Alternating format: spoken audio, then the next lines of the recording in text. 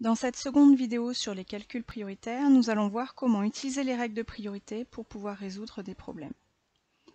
Alors, par exemple, le problème est le suivant. Julie a acheté 0,820 kg de bonbons à 5,50 € le kilo avec un billet de 20 € et on veut savoir combien va lui rendre la caissière.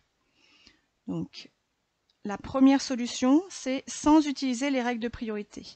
Donc ici, si je fais 0,820 fois 5,5, je vais donc calculer le prix des bonbons, puisque je multiplie la quantité de bonbons par le prix au kilo. Donc ici, j'obtiens 4,51. Donc je rédige un calcul, je rédige ensuite une phrase. Les bonbons ont coûté 4,51 €. Et maintenant, pour savoir ce que lui rend la caissière, j'ai juste à faire 20 € moins les 4,51 € qui fait 15,49 €. Donc la caissière lui rend 15,49 €. Ça, c'est sans utiliser les règles de priorité sur les calculs, puisqu'à chaque fois, je n'ai qu'une opération à faire.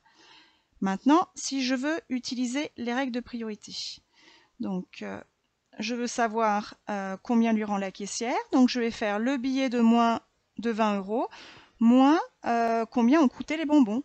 Donc je vais faire 20 moins 0,820 fois 5,5. Ce qui me fait 20 moins 4,51 et cela fait 15,49.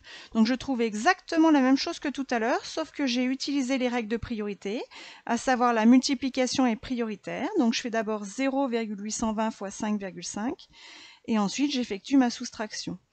L'avantage, c'est que comme j'ai rédigé qu'un seul calcul, eh ben, je n'ai qu'une seule phrase à faire. Donc la caissière lui a rendu 15,49 €. Voilà, donc vous pourrez appliquer à chaque fois les règles de priorité dans les calculs pour résoudre des problèmes, ce qui va diminuer la rédaction. Mais par contre, il ne faut pas aller trop vite non plus, parce que si votre calcul n'a plus de sens ou si vous faites trop d'erreurs dans vos calculs, vous allez avoir faux.